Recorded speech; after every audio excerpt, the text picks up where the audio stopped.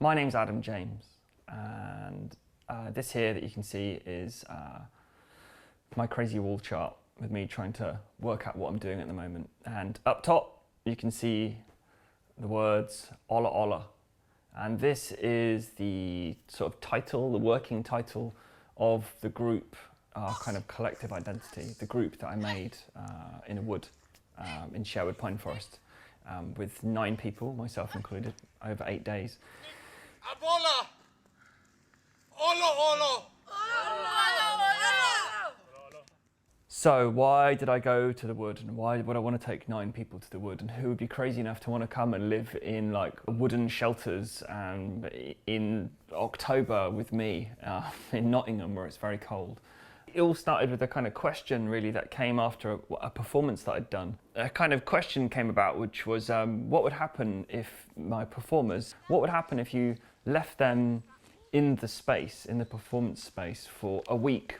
And what would happen if you removed language? What systems would they come up with in character to kind of operate as a group? What kind of micro relationships would come up with?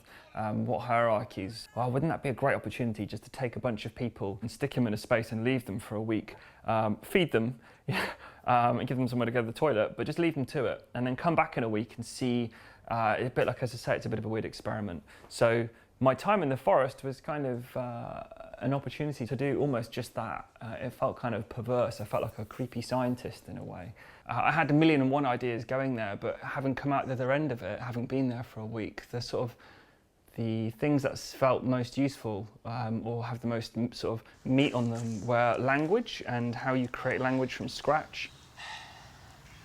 Nihili con Ferreira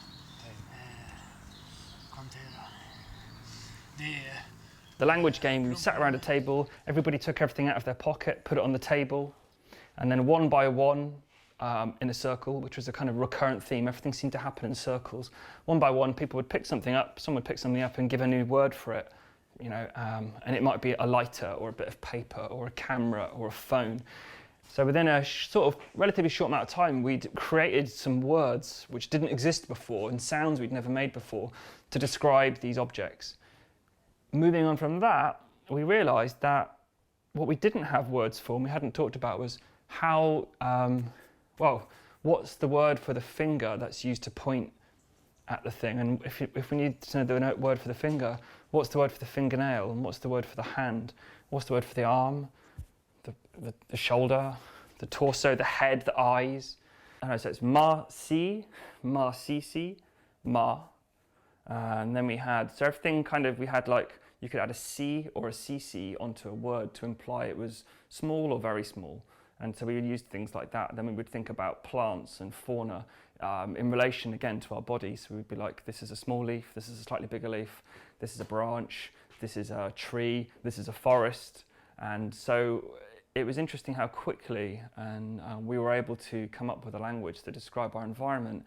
But the kind of meat of the show was like sanctuary finding. So I was trying to find sanctuaries in the woods for this fictional people, which they would in some way use to represent a theme. So the 3 themes for the sanctuaries that we did in the forest were birth, meeting, and death. And quite literally I sent people off into the forest in groups, and they had to kind of go there, and then using the language we'd made, or gibberish when they didn't have the words for it, they would have to kind of go and find what they thought was like a birthplace in this forest, in the Sherwood Pine Forest, or a meeting place or a place of death.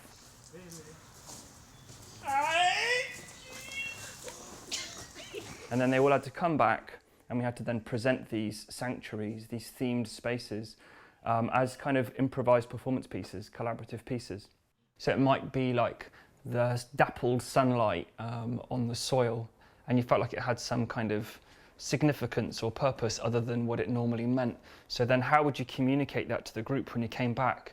So the means that we used to communicate these things were improvisation, games, and we also removed the ability for the person presenting it to be able to speak in English. So if you remove language, you have to always try to kind of negotiate other means to communicate something. We removed language and we removed sort of miming and we removed writing. So, you know, how do you communicate dappled sunlight to people? So one tool that we gave people to use to describe things is they could use each other. So you could position someone and then someone else next to them and someone else next to them. Then you could get the three people to close their eyes. Then I could go and get a branch, and then I could take that branch and I could walk behind them and brush the branch against the back of their legs. And maybe that branch against the back of their legs might kind of in some way represent a sense or an experience I had on the journey to my sanctuary.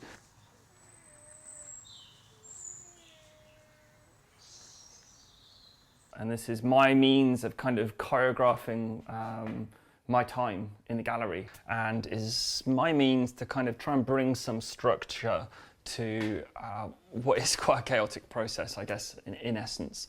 Having been in the woods for 8 days with 9 performers in total, there's a lot of material that I want to kind of bring forwards, but isolating the stuff that's most useful and working out how you take what essentially is research and make it into something cohesive as a show. Well, it's a really interesting kind of challenge and an interesting problem. And so as a sort of dyslexic and a dyspraxic, this is how I try to visualize things.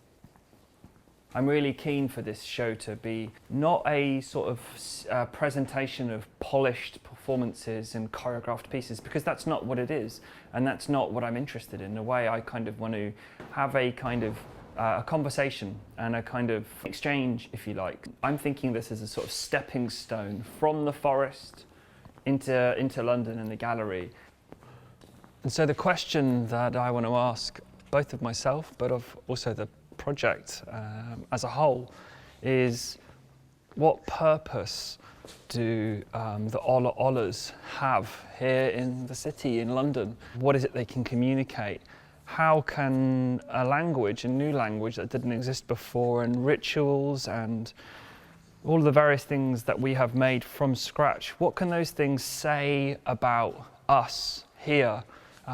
What can they say about our culture, our traditions, the way we relate to each other, our beliefs?